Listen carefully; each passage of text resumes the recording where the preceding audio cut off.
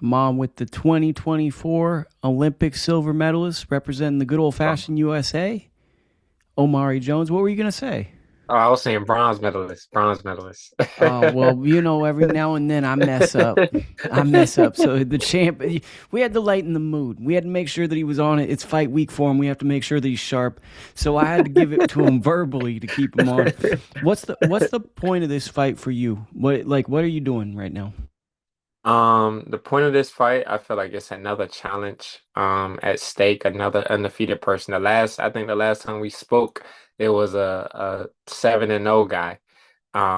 So this time it's a 9-0 guy, and we've been in this position before, so it's familiar territory. Two undefeated records on the line. The first guy was a contender and he pulled out due to a rib injury or something. So Matchroom did their job and they found a quick replacement. Yeah, Alan Sanchez was the original opponent. I know him pretty well, but then got injured, etc. Hmm. Pretty obvious you're the prospect of the year to me right now. Like with the way you're going, like you're making the fights, you're staying active. Do you feel like that's something you're going for right now? Absolutely. I was going for it last year. I mean, last year was 4-0 with four knockouts. This year I took on an undefeated guy early in January in Vegas. My second fight, I took on a 23-7 guy now with a 90% knockout ratio. And now I'm taking on another undefeated 9-0 guy. So hey, if you look at the stats, I mean, you see where we're going with this. Well, it also just doesn't seem like there's another prospect as active as you or fighting the amount of competition that you're fighting right now. And it just seems like right now it's a no brainer that you're the kind of like the prospect of 2026.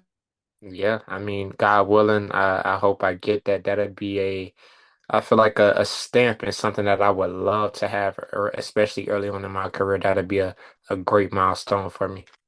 Perfect. What's any traditions you have with fight week? Like when you travel or anything? Is there any? Is it? I know you're kind of a cerebral person. When you go for fight week for these weeks and it's going to Houston, what do you have to do kind of besides the training? Yeah, of course, the training when I touch down, find the gym. I got a few guys, my Olympic guys out there in Houston, Josh and Roscoe, so they gonna get me right with a gym, so that's a no problem for this Houston fight. So find a gym, get in my routine, maybe do a couple miles after I do the shadow boxing bag, make sure the weight is good. After I get back in my hotel room, read my Bible, talk with God, say my prayers, talk with my people back home, and it's the same thing over and over. Then you have the press conference stuff. You take the pictures, weigh in, and then shoot Saturday night. It's time to rock and roll. When do you feel like you mentally really lock in? Because I feel like for as a reporter, between the press conference to the weigh-in, fighters really start to go into a different space around that time, and I'm wondering what that process is like for you. Yeah, for me, it's usually fight week, honestly. But I would say when I get there, like for Orlando, it's the whole week just because I'm home and I'm already envisioning what's going on. But when I travel, it's more so like when I touch down in that city, it's like I don't know, it's just something like that fight mode that just kind of tap in that Wednesday.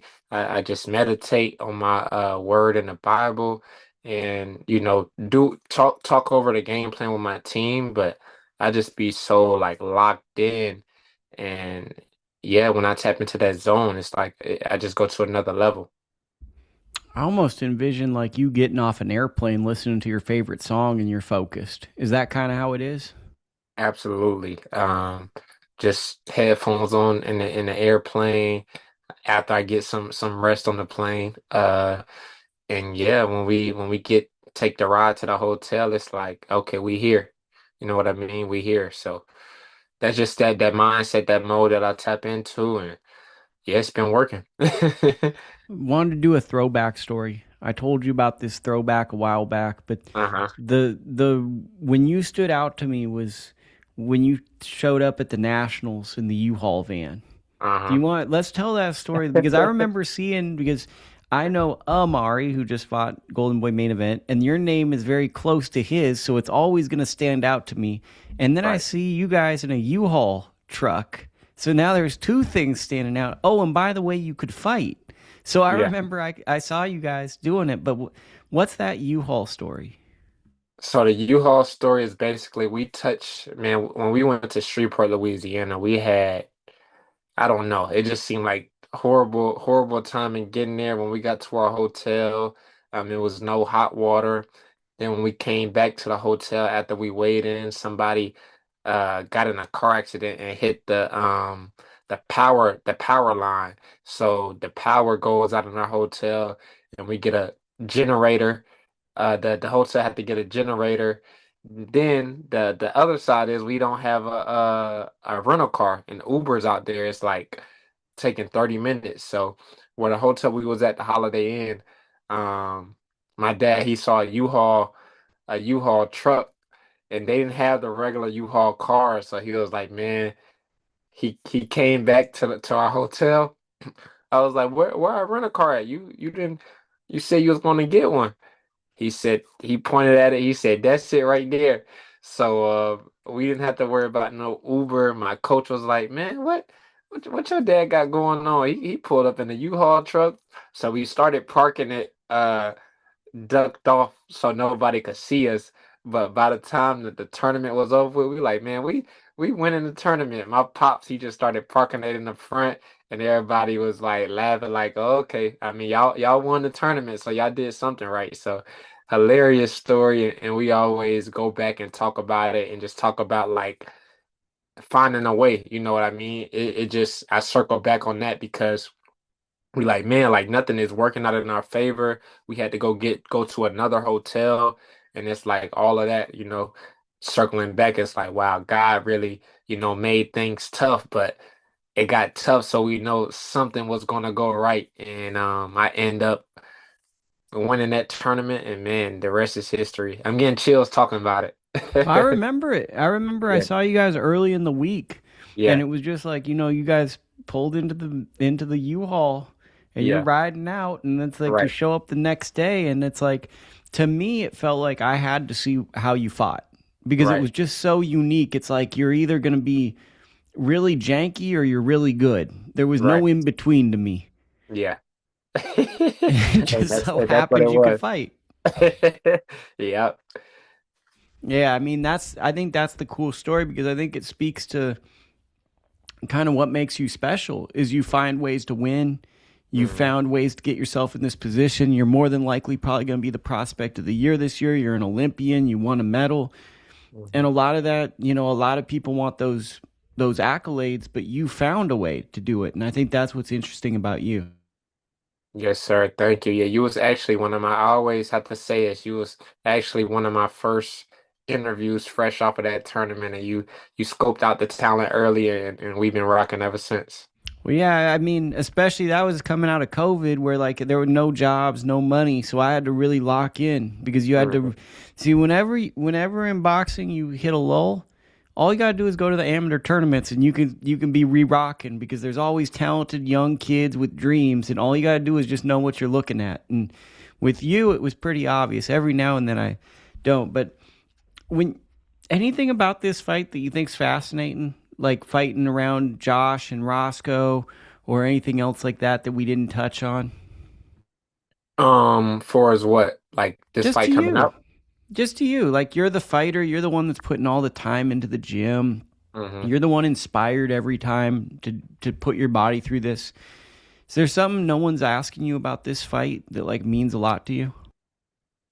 Um, I would say just I mean the challenge that's at stake, uh, like you mentioned earlier, it's like another a prospect early in this stage really doesn't take challenges like that. Two undefeated guys in 1 year. Um, and I just feel like that's amazing in itself. And when I look back, they'll say like this guy, he really took on challenges early in his career, and I'm glad I'm able to get these touches early. So when I get to the big stage, it's like I'm already prepared for whatever be coming my way. Okay, old school Lukie interview question. Give Hmm. me a good sparring story. I'm sure I asked you back in the day, but we're going old school. We need a good sparring story. If you say names, it makes it better. You don't have to say names, but it's always better if you say the names. It's more interesting. But we need a good sparring. It's just a tiny bit more interesting when the names are said. But Uh, a, we need a a sparring story. a good sparring story. All right, let me give me which one you want. Is it something funny or is it something like like my best performance in sparring? Like what you want? I think this time we'll save the best performance for a bigger fight. We're going to save that one. We're going to put that.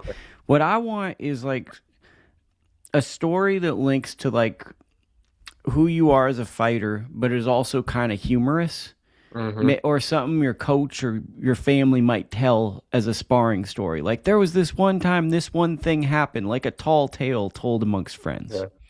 All right, I'm gonna go back. This was so I fought this guy probably when we were 10 or 11 years old, and my dad will probably tell this story the best. I fought this guy at 10 or 11 years old, and he beat me. And I'll say like a year ago. He was back in boxing. I seen him at maybe after one of my fights in Orlando because he's from Florida and we had to fight each other at Silver Gloves. I think he beat me at Silver Gloves. So I seen him, I scoped him out. I said he looked familiar and he's around the same weight as me. So I got his Instagram information quick. I was like, "Yeah, you in Florida? Yeah, let's not I mean, let's work." So he finally comes to my gym, him and my coach uh contacts each other. We set up the sparring and him and his dad, they kind of come in like, oh, I'm gonna show him again. Second round, I hit him with a 2-1. He wobbled and I stopped him and it's like I look back on that story like yeah like I got my get back from that 11, 12-year old Omari. It's like it's kind of like let's see how we match up now. And a lot of the guys that I actually came up with, you don't really see them no more, so it was surprising to see him. So when I saw him, that was like me trying to test myself, like let's see where he's at now, let's see where I'm at. And it showed, and my dad was just like, "Yeah, we got that back." So that was a pretty good story for me, especially the young me. Yeah, I always like when a boxer smiles because boxers smiling is always kind of sinister. Like they're not Yeah, smiling, they're like, yeah, I was about to, you kind of see the fighter in a fighter when they smile, I yeah, think. absolutely. It just showed like the improvement and kind of like being proud of myself, but also my coach and my dad was proud, just like, oh, he beat you in the amateurs, but like, oh yeah, you're not even that same fighter no more. You know what I mean? So it's just a testament to how much better I got from back in the day. Okay, well, it's exciting to see you fight this Saturday. It's coming up. It's in H Town. That's Yes, Houston. The yes. Zone, big fight. I'm excited to see this. Anything you want to say before you get out of here? Hey, undefeated versus undefeated. Omari Jones is back. Tune into the Banger Show live on the Zone. Thank you, Luke, for always showing love and bringing me on the show, man. We'll definitely be back after this win.